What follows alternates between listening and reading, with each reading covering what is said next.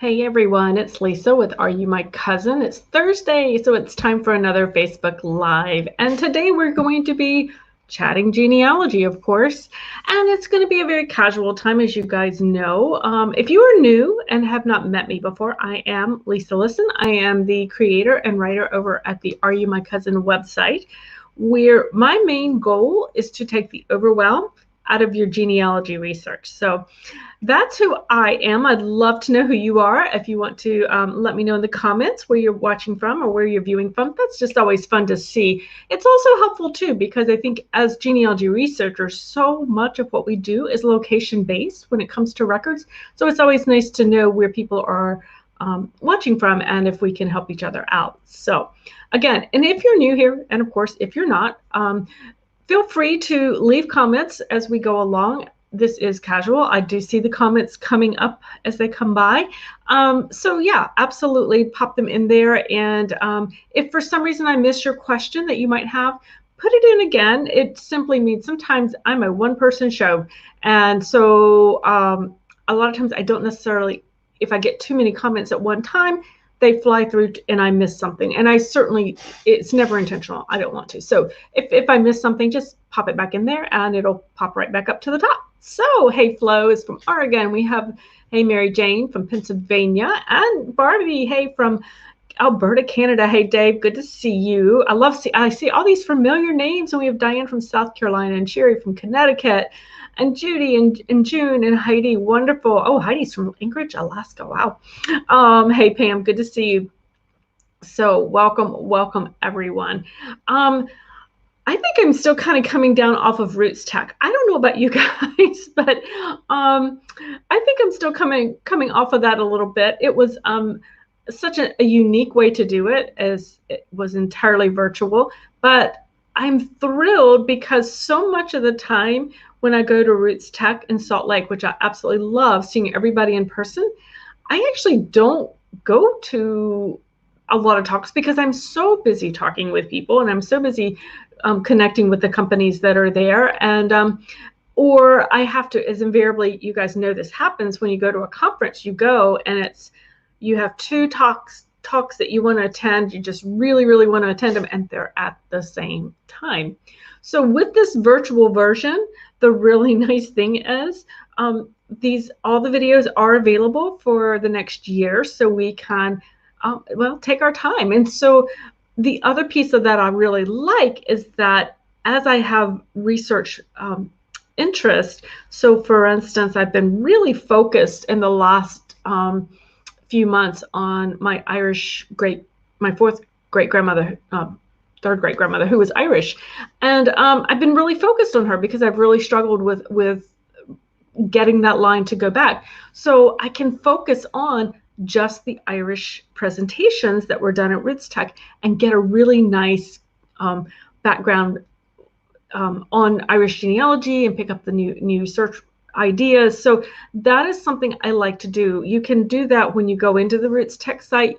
You might pick a series. So maybe it's DNA that you're really working on and trying to understand. You can just do go through a series on DNA or pick all DNA videos and kind of really solidify your knowledge before moving on to the next piece of the puzzle, so to speak, or the next thing that you're interested in. So that's something that I really enjoy.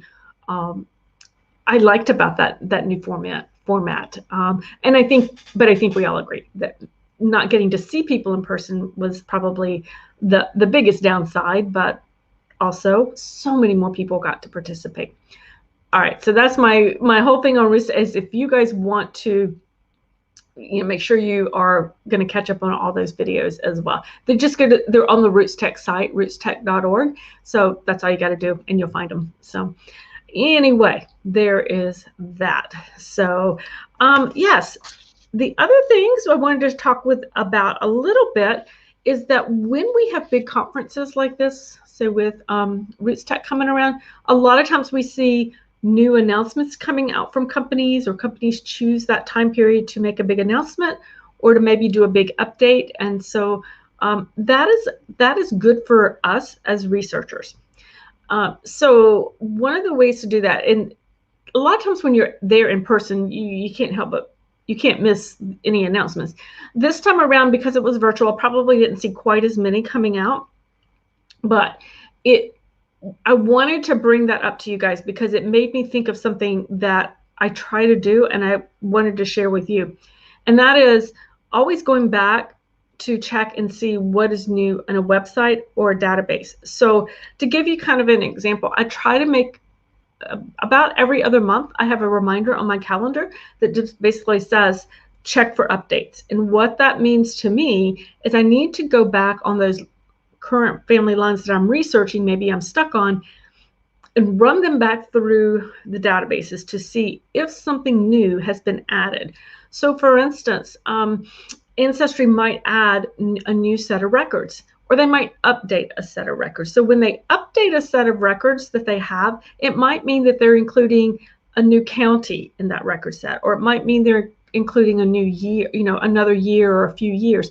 I mean, it can be a large update or a small update, but it's imperative for us as researchers to make sure we're not missing out on something just because we searched that database and then it was updated, a year later or 2 years later. So it's helpful to make sure we go back and research that just to make sure we're not missing anything.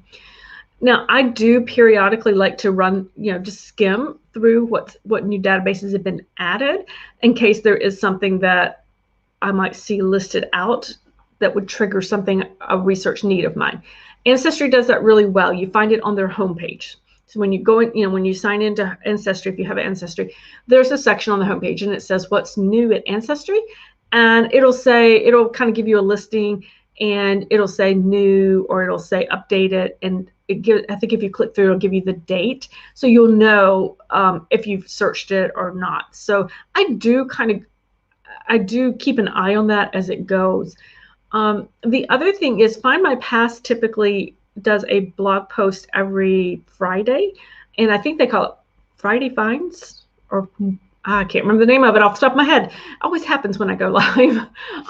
But that is their what they include. And so it's always, again, they do a really nice little write-up about what's new, what's updated, what's and how to find it. So that's another good source. MyHeritage puts out new databases a lot. Typically, I think they blog about once a month. They'll put a post out there. It's not quite as consistent. So that Dave was asking if there are any promos from Find My Past. Dave, I will double check as soon as we get done. I don't know any off the top of my head, but I will check for you because we are coming up on St. Patrick's Day. And so there could be a possibility. So I'll check on that when we get done. That's a great question. In fact, let me just make a note of that before I forget. Promos. Okay. Okay, and I did it in my orange marker, so I won't forget. So yes, so those are some of the things that are happening there. Let's see anything else. Family Search also is consistently updating. So the big four, as we call them, the genealogy databases, the big four, Family Search, MyHeritage, Find My Past, and Ancestry, do update fairly regularly. But consider the other databases that you might use in your own research. Digital collections, that's for archives, state archives will update those digital collections. I actually saw a nice increase on that during the pandemic as things have been closed down. One of the archivists told me in one of the states I researched that essentially because they're still working even though the archives were closed to visitors, that they were able to work on some of these projects that they had been able to get to. So they were able to get some things done that would have taken a little bit longer had they been waiting on visitors. So be sure and check with the archives and the large collections, small collection, any database that you use on a regular basis. I would definitely go back and check it. One of the things that I encourage people to do, and that is to get on the email list. So if you research Find My Past, or you're interested, you think you might be interested in Find My Past, get on their email list, because they will email you usually once a week and tell you about new databases that have been added. Same thing, like for newspaper.com, or maybe you're one of the newspaper databases. If there's a company that you're looking for, so for DNA, sign up for the email list for the DNA companies like 23andMe and Family Tree DNA, all of those, because they will send you their emails to let you know. And I know we kind of sometimes are a little hesitant to do that, but that's really the purpose of those email lists, is to let you know when these things are coming up. And then once you've met your needs, you can simply unsubscribe to those email lists. It's kind of the same thing with mine. People come and go on my own email list. I email, you guys know that. And sometimes I email more and sometimes I email less. And then sometimes folks just, are no longer interested in the types of things I write about, or maybe they just have not able to do genealogy right now, and they'll unsubscribe when it no longer meets their needs. Perfectly fine, guys. But that's what I do to keep it that way. Barbie said, do you use Ancestry for your main family trees? I personally do use a lot with Ancestry, and the reason is, until recently anyway, the majority of my research has been US based research. And for me, that has been the best at Ancestry. I use Family Search as well. I do keep a tree on Ancestry.com, but I also have my own tree, my fuller tree, my has more of my notes and things like that in it. I do use Family Tree Maker, and I keep that separately on my computer, and it's backed up, guys. Yeah, make sure you're backing up your trees. So that's what I do. Now, I will tell you, I am using Find My Past a lot more. I have just my personal ancestry as pretty much all English and Scottish and Irish, and so I am using Find My Past a lot more. And and I'm discovering a lot that I probably should have been using over there, even though I'm researching in America. So yes, that's what I do for that. Where was I going with so yeah, so make sure you're going back and, I know I was talking about the email list and getting on people's email list. Same thing with DNAs, that if you're looking to buy DNA kits, they go on sale frequently. And so, if you get on their email list, then you know about the sales. That's the purpose. And then once you've bought what you need, you can always unsubscribe. Speaking of which, when I get done here, in addition to answering Dave's questions on promos for Find My Past, there are promos that are going to be starting, I'm sure, soon for DNA testing around around St. Patrick's Day. So I will post those as well on the Facebook page, and I can do it on the YouTube page as well, comments as well, to let you guys know about those that are coming up, if that'll help you as well. So those were the kinds of things I was thinking about. Now, in terms of announcements, probably the biggest announcements I saw from a company actually came from MyHeritage. So did any of you guys play with the MyHeritage Deep Nostalgia program that over during RootsTech? It's what it is, it's a way to animate your ancestors' photos. Have you guys done that at all? I'd be curious to see. Just say yes or no in the comments. That'll let me know. And I'll take you over and show you how to find it if you're new to that and hadn't played around with it. So Find My Past has done a lot with photographs late in the past few years. Sherry definitely did, yeah. And so originally, I think one of the first things they did was you could colorize your photos. So I've done a lot with colorization of photographs over there. They would also had a program where you could enhance it. So basically it kind of filled in some of the pixelation on the faces. So it made it a little easier to see some of the faces. And then this year, they did the animation, and I love Julie. So she hasn't used it, but is it creepy? And I was like, so the answer is probably yes, Julie. So I did it, and oops, hang on, I got to pop up. Let me get rid of. So I did it, and I have to tell you, I'm fascinated by it, and at the same time, I'm really creeped out, because what happened was, the reason I say that is just personal experience. And the reason is, when I was a little girl, I used to play in my grandparents' walk-up attic. And in that walk-up attic was this beautiful large photograph, of my great-grandmother, who died in 1927, excuse me. And so I never knew her, I didn't know anything about her, and just the stories that I've heard and stuff. But her portrait was up there. It was being stored up there. Now, this was kind of a finished attic, so it wasn't like it was a rafters kind of thing, although I swear I was. But that portrait was there, and there may have been another one. And I would go to an aunt's house, a distant aunt's house, and she would have the big, large photographs of the old family photos on the wall, and everybody looked stern looking. And as a little girl, I used to think they were watching me. So when my heritage thing came out and I ran my photo through it, it was like my little nightmare as a kid came to life. And so I was like, I don't know if I can do this anymore. So now I play around with it. Gotten here in time to hear creepy. Oh, sorry, Teresa. Hang on. Now when I run it through, when I play with that, I don't use photos of people that I knew or have seen as a kid. I typically just play with other photos to use demo, because I didn't like seeing the photo that used to scare me as a little kid come to life as an adult. That just, yeah, I know. I was a little funny, but so yeah, I'll show you. For those of you who don't know, I want to show you where it is on Find My Past. I mean, it's a really cool thing, and I think I'm hoping it'll become, as they continue to improve it, that it might be less creepy. Here, I'll show it to you though real quick. Let me just grab that screen, share my screen really quick with you guys.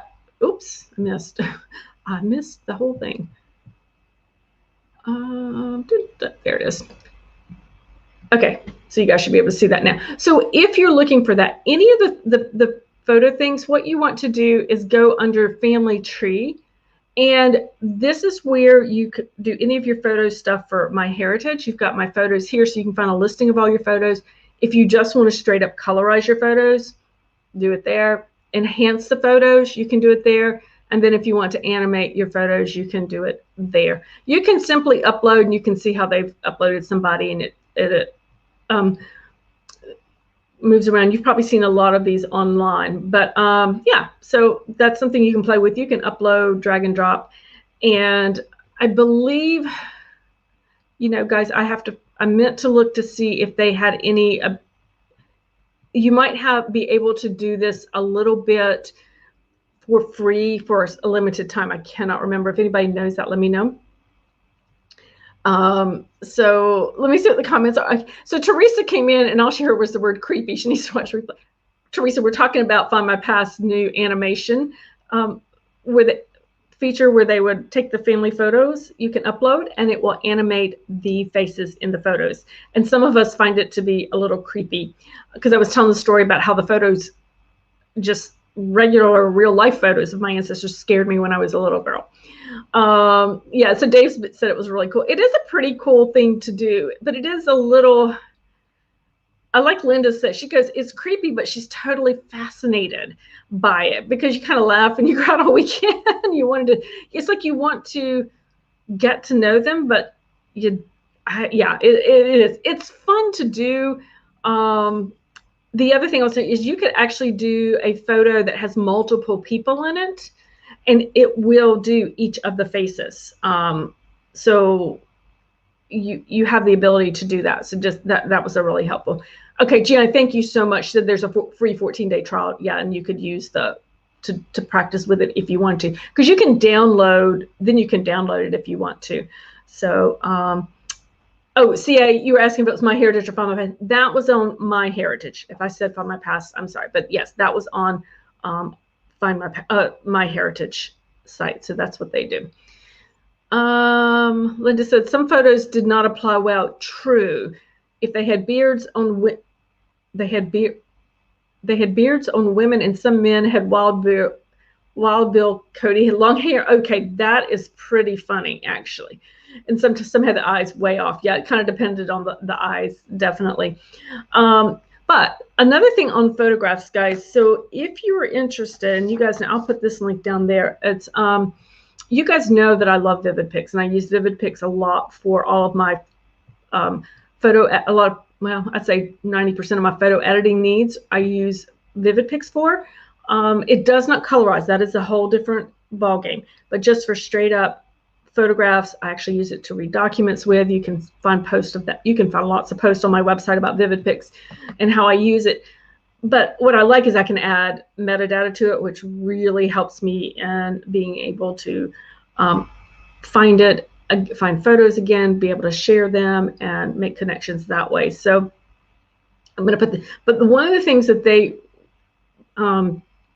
talked about in one of the recent interviews that I saw Rick Voigt on for Vivid Pics, as well as he and I have done, included in part of a webinar we did back in the fall, I guess it was about reminiscence therapy and how old family photos are used to help older folks fight isolation, particularly during the COVID and the pandemic, when there was so little socialization that could actually happen safely, and that photographs could be used to help fight isolation. It can help with those who have cognitive issues.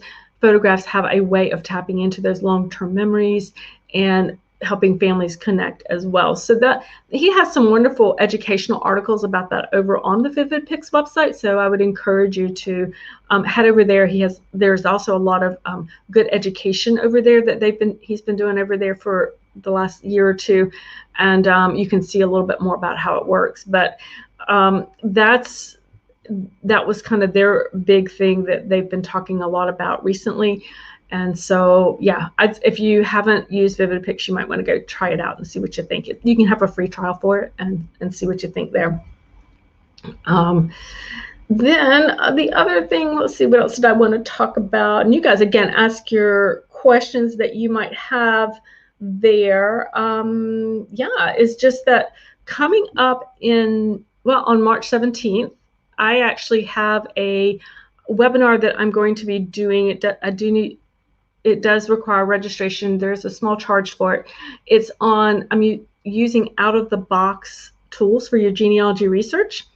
And that is going to include a really deep look into using, let's see, I've got Archive Grid on there. We're going to look at WorldCat, we're going to look at Percy, and we're going to look at Google Books as well.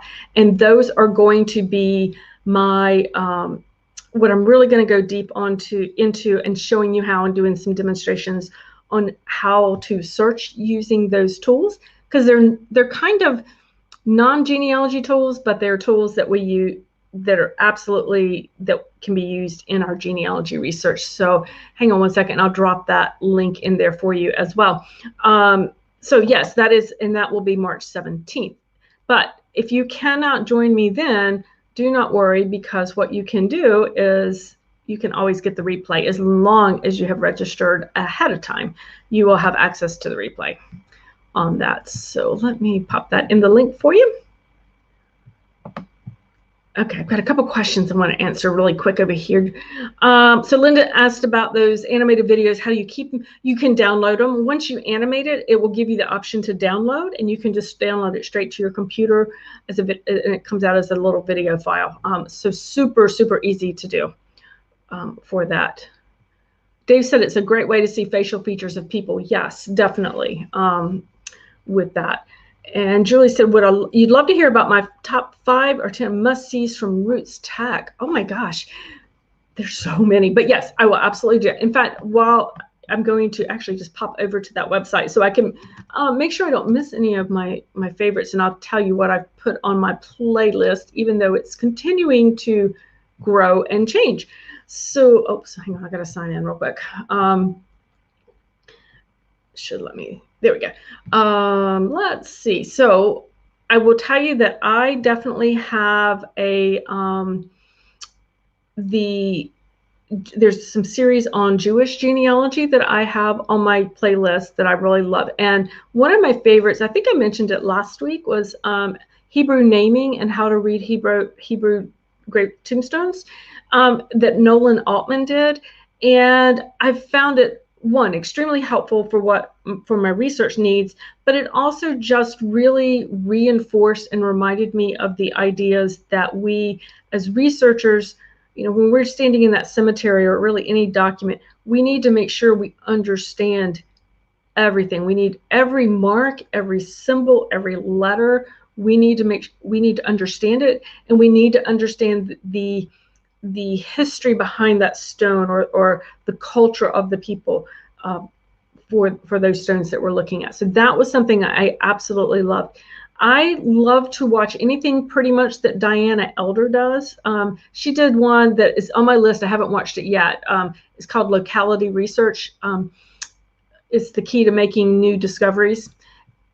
Diana and her daughter Nicole are Family Locket, and they do a wonderful job teaching. They have a great podcast as well, which they graciously let me be on last year. And so I pretty much will follow anything that she does. I will do with them. Nicole, her daughter, actually has several on DNA and organizing your DNA. One in particular that's on my list to watch is to evaluate through lines hypothesis. So Nicole's doing that, and I think that'll be a fabulous one to do, because sometimes I still struggle with through lines. Let's see. Another one that I have on my list, it's I think it's a 2 or 3 part series. It's tracing the poor and destitute Irish. Again, I'm doing a lot of Irish research right now, so that is on my list to watch. Let's see, what else is on my thing? Those tend to be, oh, here's one you absolutely need to watch. It is called Once Enslaved, Once Slave Owner. Let me get their whole title here. Forging a Forever Family Bond. This is a 2 or 3 part series that is done by Beverly Bevel and Rhonda Roderer. I never say her name right. Rhonda Roderer. And so Beverly and Rhonda are just some really great friends that I've made. Rhonda I met 2 years ago at RootsTech, and then she introduced me to Beverly. So they actually, Rhonda's family, her ancestors were the slaveholders, and Beverly's family were the enslaved. And it's this research that the two have eventually did. They came to know each other. They've gotten to know each other, and they have this incredible bond. And they talk about the journey, and they talk about it from the different sides. And so it's definitely one you want to watch. It's a fabulous program that you want to see. Let's see here. Dave said, is there a presentation that I have broadcast that you have broadcast before? Is this a presentation? No, it is not. Okay, no, the genealogy tools. No, it is not, Dave. It is a different one. It is a completely new one. And it will be a live presentation, unless you catch it on replay. And then it's a replay. But it's a new one that I'm doing. So those are kind of some of the ones that I'm interested in seeing for on RootsTech. And again, there's still so many more that I want to get into that I haven't gotten into yet. I need to get through them in order to get that next set that I want to look at. All right, let me see if there are any other questions. Sees a replay. Yeah, okay, see, that's fine. Yeah, glad for you to do that as a replay. Not a problem at all. And so yeah, so that's sort of what I have for you guys today. Again, very casual. I honestly think I still have, my brain is still at RootsTech, and I'm trying to get all that together and still reading and learning. I think as researchers, we love to learn. And I mean, I could just sit and do this. I mean, for fun, you guys will get this. I actually sit and read Chancery Court records in the evening. It's like reality TV for your ancestors, because there's some really cool stuff in those Chancery Court records where people air their dirty laundry. And so it's fascinating to me. And my husband will think, he's like, what are you doing? I'm like, oh, I'm reading the 1824 court record on so-and-so and so. He's like, Okay, that's just strange, but but I really enjoy it. But you guys understand that because you're my people. So anyway, so that's kind of what's happening. So let's see what's coming up next week. We'll be on kind of back to our regular schedule. I'll be here. We'll have our Facebook, YouTube Live next Thursday. We should have Mary Eberly back. We're going to try to do some different things next week with her on that. So that's coming up. Be sure you can check my website for any of the programs I did with Find My Past that you might have missed. I have them as blog posts with show notes and videos on the website, so you can just search Find My Past in the toolbar and you will find those videos there. So that is there as well. And I will check, as Dave had requested, for promos for Find My Past, as well as any of the DNA promos that I see coming up. I'll make sure I get those out there to you guys as well. Julie said, so first, RootsTech, do you think they will keep the virtual component to it post-pandemic? I'm almost sure that they would keep the virtual component. I mean, I think hopefully, you know, we'll eventually go back to having an in-person, but I think there will always be that virtual component at this point. They had such a success with over 500,000 people who actually registered to attend RootsTech. The number of countries was over 230, I think. They had webinars in over like 11 languages, I think it was. They basically, it was 24 hours because it was sun up to sun, you know, they kind of went around the world the way that they followed the sun around the world, basically, as when they would do their webinars. So I feel like, yes, I think pretty sure they're going to do that. It was such a success. And hopefully, you know, they'll be able to bring things back into person as well for those who can do that. So that would be my hope. All right, guys, I will see you on next week's Facebook Live. Again, we have DNA with Mary Eberly coming next week.